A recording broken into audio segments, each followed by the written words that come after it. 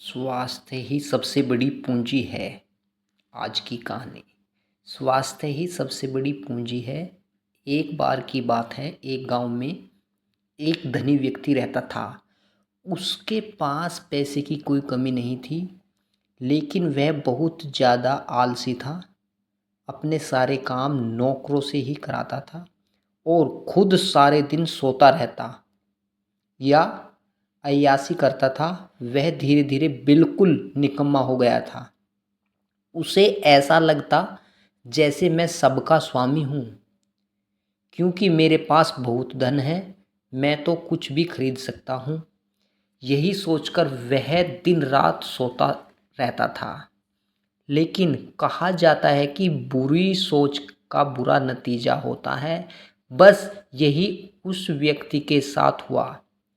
कुछ सालों उसे ऐसा महसूस हुआ जैसे उसका शरीर पहले से शिथिल होता जा रहा है।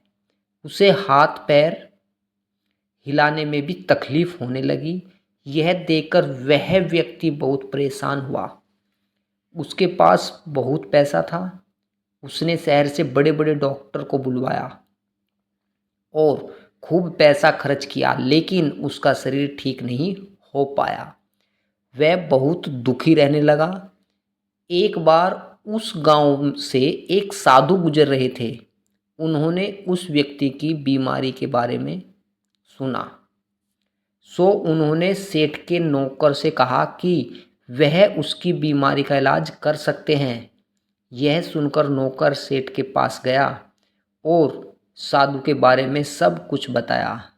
अब सेठ ने तुरंत साधु को अपने यहाँ बुलवाया, लेकिन साधु ने कहा कि वह सेठ के पास नहीं आएंगे। अगर सेठ को ठीक होना है तो वह स्वयं यहाँ चलकर आए। सेठ बहुत परेशान हो गया, क्योंकि वो असहायक था और चल फिर नहीं पाता था। लेकिन जब साधु आने को तैयार नहीं हुआ तो हिम्मत करके बड़ी मुश्किल से साधु से मिलने पहुँचे, पर साधु वहाँ थे ही नहीं। सेठ दुखी मन से वापस आ गया और अब तो रोजाना का यही नियम हो गया। साधु रोज उसे बुलाते, लेकिन जब सेठ आता तो कोई मिलता ही नहीं था। ऐसे करते करते 3 महीने गुजर गए। अब सेठ को लगने लगा जैसे वह ठीक होता जा रहा है। उसके हाथ पैर धीरे धीरे काम करने लगे हैं। अब सेठ की समझ में सारी बातें आ गई कि साधु रोज उससे क्यों नहीं मिलते थे।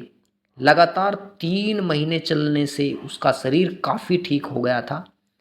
तब साधु ने सेठ को बताया कि बेटा, जीवन में कितना भी धन कमा लो, लेकिन स्वस्थ शरीर से बड़ा कोई धन नहीं होता। तो मित्रों, यही बात हमारे दैनिक जीवन पर भी लागू होती है।